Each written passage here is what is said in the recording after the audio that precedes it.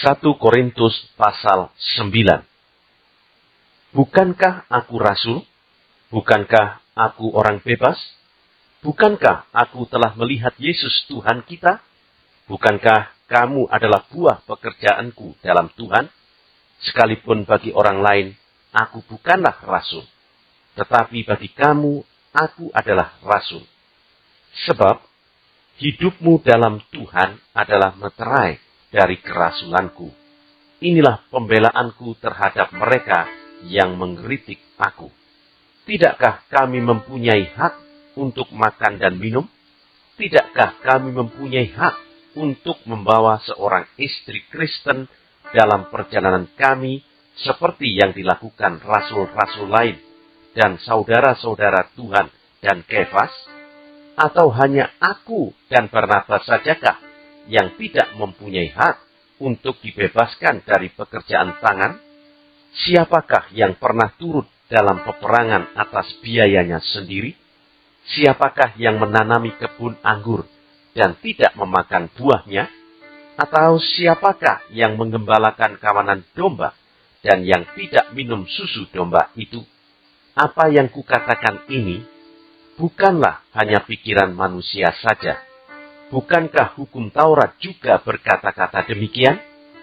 Sebab dalam hukum Musa ada tertulis, janganlah engkau memberangus mulut lembu yang sedang mengirik. Lembukah yang Allah perhatikan? Atau kitakah yang ia maksudkan? Ya, untuk kitalah hal ini ditulis, yaitu pembajak harus membajak dalam pengharapan, dan pengirik harus mengirik dalam pengharapan untuk memperoleh bagiannya. Jadi, jika kami telah menaburkan benih rohani bagi kamu, berlebih-lebihankah kalau kami menuai hasil duniawi daripada kamu? Kalau orang lain mempunyai hak untuk mengharapkan hal itu daripada kamu, bukankah kami mempunyai hak yang lebih besar? Tetapi kami tidak mempergunakan hak itu. Sebaliknya, kami menanggung segala sesuatu supaya jangan kami mengadakan rintangan bagi pemberitaan Injil Kristus. Tidak tahukah kamu bahwa mereka yang melayani dalam tempat kudus mendapat penghidupannya dari tempat kudus itu, dan bahwa mereka yang melayani mezbah mendapat bahagian mereka dari mezbah itu? Demikian pula Tuhan telah menetapkan bahwa mereka yang memberitakan Injil harus hidup dari pemberitaan Injil itu. Tetapi, aku tidak pernah mempergunakan satupun dari hak-hak itu. Aku tidak menulis semuanya ini, supaya aku pun diperlakukan juga demikian. Sebab aku lebih suka mati daripada. Sungguh, kemegahanku tidak dapat ditiadakan siapapun juga. Karena jika aku memberitakan Injil, aku tidak mempunyai alasan untuk memegahkan diri. Sebab, itu adalah keharusan bagiku. Celakalah aku, jika aku tidak memberitakan Injil. Kalau andai kata aku melakukannya menurut kehendakku sendiri, memang aku berhak menerima upah. Tetapi karena aku melakukannya bukan menurut kehendakku sendiri, pemberitaan itu adalah tugas penyelenggaraan yang ditanggungkan kepadaku. Kalau demikian, apakah upahku? Upahku ialah ini, bahwa aku boleh memberitakan Injil tanpa upah, dan bahwa aku tidak mempergunakan hakku sebagai pemberita Injil. Sungguh pun aku bebas terhadap semua orang. Aku menjadikan diriku hamba dari semua orang, supaya aku boleh memenangkan sebanyak mungkin orang. Demikianlah, bagi orang Yahudi, aku menjadi seperti orang Yahudi, supaya aku memenangkan orang-orang Yahudi. Bagi orang-orang yang hidup di bawah hukum Taurat, aku menjadi seperti orang yang hidup di bawah hukum Taurat, sekalipun aku sendiri tidak hidup di bawah hukum Taurat, supaya aku dapat memenangkan mereka yang hidup di bawah hukum Taurat. Bagi orang-orang yang tidak hidup di bawah hukum Taurat, aku menjadi seperti orang yang tidak hidup di bawah hukum Taurat, sekalipun aku tidak hidup di luar hukum Allah, karena aku hidup di bawah hukum Kristus, supaya aku dapat memenangkan mereka yang tidak hidup di bawah hukum Taurat. Bagi orang-orang yang lemah, aku menjadi seperti orang yang lemah, supaya aku dapat menyelamatkan mereka yang lemah. Bagi semua orang aku telah menjadi segala-galanya, supaya aku sedapat mungkin memenangkan beberapa orang dari antara mereka. Segala sesuatu ini aku lakukan karena Injil, supaya aku mendapat bagian dalamnya. Tidak tahukah kamu bahwa dalam gelanggang pertandingan semua peserta turut berlari, tetapi bahwa hanya satu orang saja yang mendapat hadiah? Karena itu, larilah begitu rupa, sehingga kamu memperolehnya. Tiap-tiap orang yang turut mengambil bagian dalam pertandingan, menguasai dirinya dalam segala hal. Mereka berbuat demikian untuk memperoleh suatu mahkota yang fana, tetapi kita untuk memperoleh suatu mahkota yang abadi. Sebab itu, aku tidak berlari tanpa tujuan, dan aku bukan petinju yang sembarangan saja memukul. Tetapi aku melatih tubuhku dan menguasainya seluruhnya, supaya sesudah memberitakan Injil kepada orang lain, jangan aku sendiri ditolak. 1 Korintus pasal 10. Aku mau supaya kamu mengetahui, saudara-saudara, bahwa nenek moyang kita semua berada di bawah perlindungan awan, dan bahwa mereka semua telah melintasi laut. Untuk menjadi pengikut Musa, mereka semua telah dibaptis dalam awan dan dalam laut. Mereka semua makan makanan rohani yang sama, dan mereka semua minum minuman rohani yang sama. Sebab mereka minum dari batu karang rohani yang mengikuti mereka, dan batu karang itu ialah Kristus. Tetapi sungguh pun demikian, Allah tidak berkenan kepada bagian yang terbesar dari mereka, karena mereka ditewaskan di padang gurun. Semuanya ini telah terjadi sebagai contoh bagi kita untuk memperingatkan kita, supaya jangan kita menginginkan hal-hal yang jahat seperti yang telah mereka perbuat. Dan supaya jangan kita menjadi penyembah-penyembah berhala, sama seperti beberapa orang dari mereka. Seperti ada tertulis, maka duduklah bangsa itu untuk makan dan minum. Kemudian bangunlah mereka dan bersukaria. Janganlah kita melakukan percabulan seperti yang dilakukan oleh beberapa orang dari mereka, sehingga pada satu hari telah tewas 23.000 orang. Dan janganlah kita mencobai Tuhan seperti yang dilakukan oleh beberapa orang dari mereka, sehingga mereka mati dipagut ular. Dan janganlah bersungut-sungut seperti yang dilakukan oleh beberapa orang dari mereka, sehingga mereka dibinasakan oleh malaikat maut.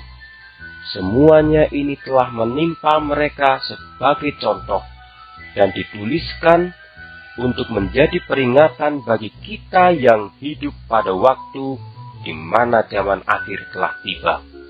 Sebab itu, siapa yang menyangka bahwa ia teguh berdiri, hati-hatilah supaya ia jangan jatuh.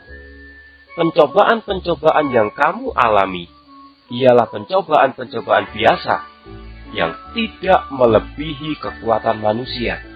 Sebab Allah setia, dan karena itu Ia tidak akan membiarkan kamu dicobai melampaui kekuatanmu. Pada waktu kamu dicobai, Ia akan memberikan kepadamu jalan keluar, sehingga kamu dapat menanggungnya.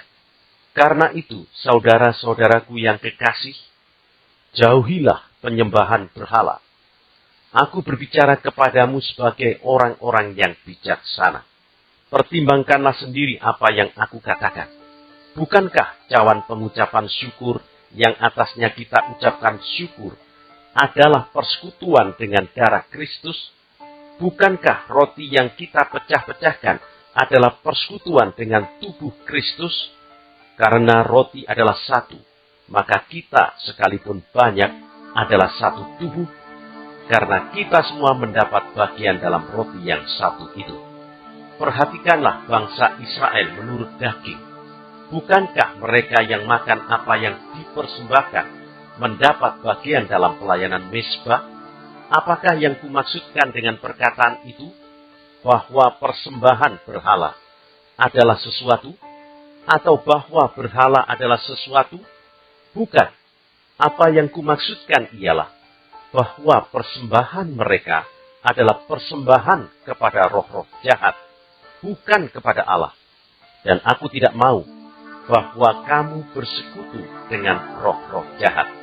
Kamu tidak dapat minum dari cawan Tuhan dan juga dari cawan roh-roh jahat. Kamu tidak dapat mendapat bagian dalam perjamuan Tuhan dan juga dalam perjamuan roh-roh jahat. Atau maukah kita membangkitkan cemburu Tuhan? Apakah kita lebih kuat daripada Dia? Segala sesuatu diperbolehkan. Benar, tetapi bukan segala sesuatu berguna. Segala sesuatu diperbolehkan. Benar, tetapi bukan segala sesuatu membangun.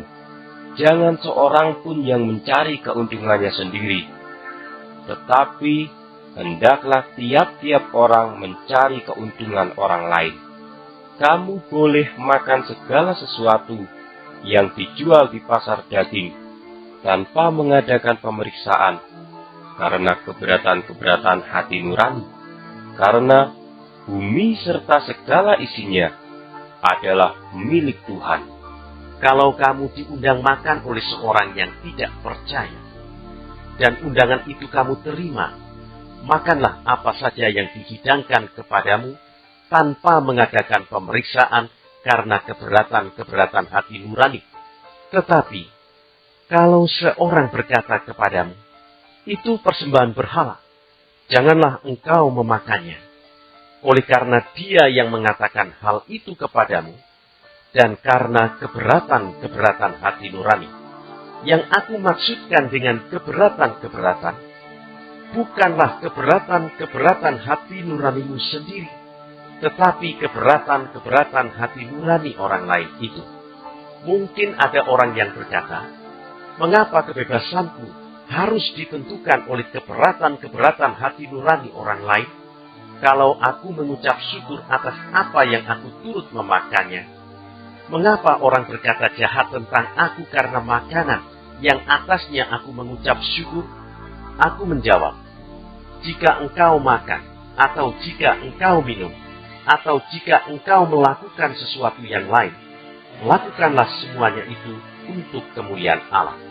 Janganlah kamu menimbulkan syak dalam hati orang, baik orang Yahudi atau orang Yunani maupun jemaat Allah. Sama seperti aku juga berusaha menyenangkan hati semua orang dalam segala hal. Bukan untuk kepentingan diriku, tetapi untuk kepentingan orang banyak, supaya mereka beroleh selamat. 1 Korintus pasal 11. Jadilah pengikutku, sama seperti aku juga menjadi pengikut Kristus. Aku harus memuji kamu, sebab dalam segala sesuatu kamu tetap mengingat akan aku dan teguh berpegang pada ajaran yang kuteruskan kepadamu. Tetapi aku mau supaya kamu mengetahui hal ini, yaitu kepala dari tiap-tiap laki-laki ialah Kristus, kepala dari perempuan ialah laki-laki, dan kepala dari Kristus ialah Allah. Tiap-tiap laki-laki yang berdoa atau bernubuat dengan kepala yang bertudung menghina kepalanya. Tetapi tiap-tiap perempuan yang berdoa atau bernubuat dengan kepala yang tidak bertudung menghina kepalanya, sebab ia sama dengan perempuan yang dicukur rambutnya. Sebab jika perempuan tidak mau menudungi kepalanya, maka haruslah ia juga menggunting rambutnya. Tetapi jika bagi perempuan adalah penghinaan bahwa rambutnya digunting atau dicukur, maka haruslah ia menudungi kepalanya. Sebab laki-laki tidak perlu menudungi kepalanya. Ia menyinarkan gambaran dan kemuliaan Allah. Tetapi perempuan menyinarkan kemuliaan laki-laki. Sebab laki-laki tidak berasal dari perempuan, tetapi perempuan berasal dari laki-laki. Dan laki-laki tidak diciptakan karena perempuan, tetapi perempuan diciptakan karena laki-laki. Sebab itu, perempuan harus memakai tanda wibawa di kepalanya oleh karena para malaikat. Namun demikian, dalam Tuhan tidak ada perempuan tanpa laki-laki, dan tidak ada laki-laki tanpa perempuan. Sebab sama seperti perempuan berasal dari laki-laki, demikian pula laki-laki dilahirkan oleh perempuan, dan segala sesuatu berasal dari Allah. Pertimbangkanlah sendiri, patutkah perempuan berdoa kepada Allah dengan kepala yang tidak bertudung? Bukankah alam sendiri menyatakan kepadamu bahwa adalah kehinaan bagi laki-laki jika ia berambut panjang, tetapi bahwa adalah kehormatan bagi perempuan jika ia berambut panjang? Sebab rambut diberikan kepada perempuan untuk menjadi penudung. Tetapi jika ada orang yang mau membantah, kami maupun jemaat-jemaat Allah tidak mempunyai kebiasaan yang demikian. Dalam peraturan-peraturan yang berikut, aku tidak dapat memuji kamu, sebab pertemuan-pertemuanmu tidak mendatangkan kebaikan, tetapi mendatangkan keburukan.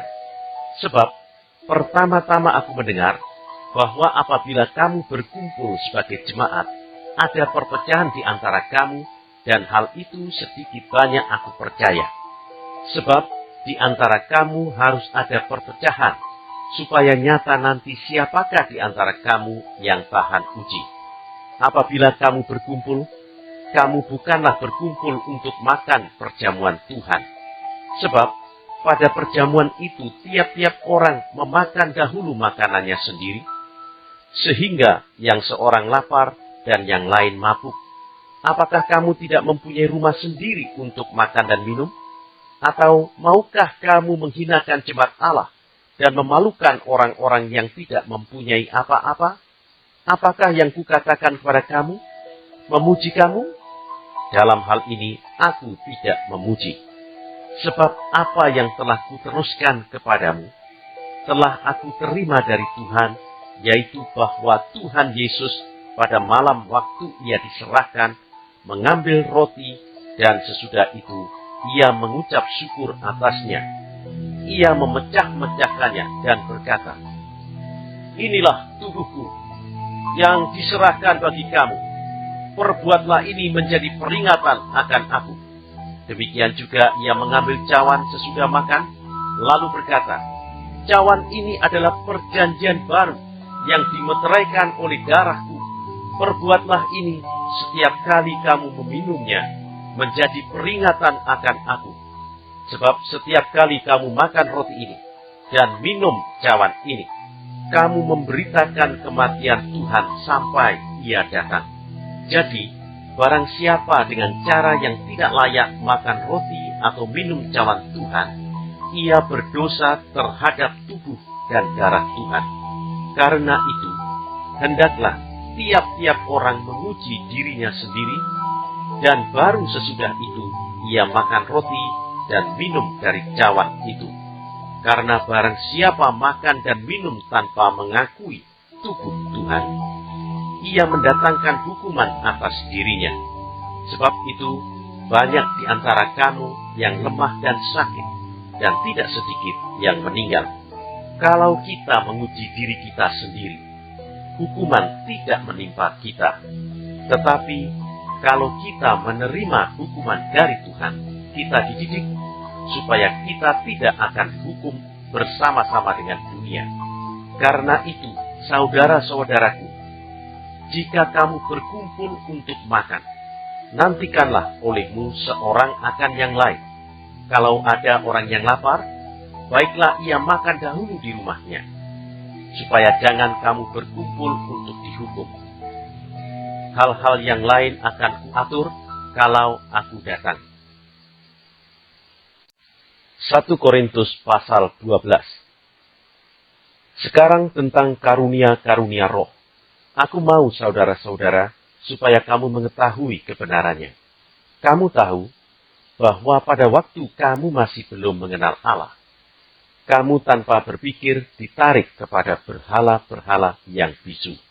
Karena itu, aku mau meyakinkan kamu bahwa tidak ada seorang pun yang berkata-kata oleh roh Allah dapat berkata, "Terkutuklah Yesus." Dan tidak ada seorang pun yang dapat mengaku Yesus adalah Tuhan selain oleh Roh Kudus. Ada rupa-rupa karunia, tetapi satu roh. Dan ada rupa-rupa pelayanan, tetapi satu Tuhan. Dan ada berbagai-bagai perbuatan ajaib, tetapi Allah adalah satu yang mengerjakan semuanya dalam semua orang. Tetapi kepada tiap-tiap orang dikaruniakan penyataan roh untuk kepentingan bersama.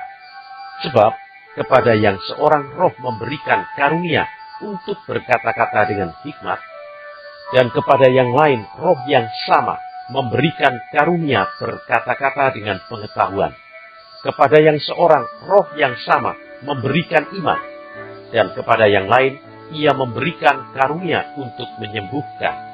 Kepada yang seorang roh memberikan kuasa untuk mengadakan mujizat, dan kepada yang lain ia memberikan karunia untuk bernubuat, dan kepada yang lain lagi ia memberikan karunia untuk membedakan bermacam-macam roh. Kepada yang seorang ia memberikan karunia untuk berkata-kata dengan bahasa roh, dan kepada yang lain ia memberikan karunia untuk menafsirkan bahasa roh itu. Tetapi semuanya ini dikerjakan oleh roh yang satu dan yang sama, yang memberikan karunia kepada tiap-tiap orang secara khusus seperti yang dikehendakinya. Karena sama seperti tubuh itu satu, dan anggota-anggotanya banyak, dan segala anggota itu sekalipun banyak, merupakan satu tubuh, demikian pula Kristus. Sebab dalam satu roh, kita semua, baik orang Yahudi maupun orang Yunani, baik budak maupun orang merdeka, telah dibaptis menjadi satu tubuh, dan kita semua diberi minum dari satu roh. Karena tubuh juga tidak terdiri dari satu anggota, tetapi atas banyak anggota. Andai kata kaki berkata, "Karena aku bukan tangan, aku tidak termasuk tubuh." Jadi benarkah ia tidak termasuk tubuh? Dan andai kata telinga berkata, "Karena aku bukan mata, aku tidak termasuk tubuh." Jadi benarkah ia tidak termasuk tubuh? Andai kata tubuh seluruhnya adalah mata, di manakah pendengaran? Andai kata seluruhnya adalah telinga, di manakah penciuman? Tetapi Allah telah memberikan kepada anggota masing-masing secara khusus suatu tempat pada tubuh seperti yang dikehendakinya. Andai kata semuanya adalah satu anggota, di manakah tubuh? Memang ada banyak anggota, tetapi hanya satu tubuh. Jadi mata tidak dapat berkata kepada tangan, "Aku tidak membutuhkan engkau." Dan kepala tidak dapat berkata kepada kaki, "Aku tidak membutuhkan engkau." Malahan justru anggota-anggota tubuh yang nampaknya paling lemah, yang paling dibutuhkan. Dan kepada anggota-anggota tubuh yang menurut pemandangan kita kurang terhormat, kita berikan penghormatan khusus. Dan terhadap anggota-anggota kita yang tidak elok, kita berikan perhatian khusus. Hal itu tidak dibutuhkan oleh anggota-anggota kita yang elok. Allah telah menyusun tubuh kita begitu rupa, sehingga kepada anggota-anggota yang tidak mulia diberikan penghormatan khusus, supaya jangan terjadi perpecahan dalam tubuh, tetapi supaya anggota-anggota yang berbeda itu saling memperhatikan. Karena itu, jika satu anggota menderita, semua anggota turut menderita. Jika satu anggota dihormati, semua anggota turut bersukacita. Kamu semua adalah tubuh Kristus dan kamu masing-masing adalah anggotanya. Dan Allah telah menetapkan beberapa orang dalam jemaat. Pertama sebagai rasul, kedua sebagai nabi, ketiga sebagai pengajar. Selanjutnya, mereka yang mendapat karunia untuk mengadakan mujizat, untuk menyembuhkan, untuk melayani, untuk memimpin, dan untuk berkata-kata dalam bahasa roh. Adakah mereka semua rasul, atau nabi, atau pengajar? Adakah mereka semua mendapat karunia untuk mengadakan mujizat, atau untuk menyembuhkan, atau untuk berkata-kata dalam bahasa roh, atau untuk menafsirkan bahasa roh? Jadi, berusahalah untuk memperoleh karunia-karunia yang paling utama, dan aku menunjukkan kepadamu jalan yang lebih utama lagi. Bagi warga sorga yang mau dapat pemberitahuan video terbaru, silahkan klik subscribe dan paling penting jangan lupa untuk klik aktifkan loncengnya ya. Warga sorga terkasih, tolong bantu beri saya semangat upload video baru dengan kasih like ya. Ayo warga sorga menjadi berkat bagi orang lain dengan membagikan video ini ya. Tuhan Yesus Kristus memberkati kita warga sorga. Amin. Ingat, dalam kitab Filipi 3 ayat 20 tertulis firman Tuhan, karena kewargaan kita adalah di dalam sorga, dan dari situ juga kita menantikan Tuhan Yesus Kristus sebagai Juru Selamat.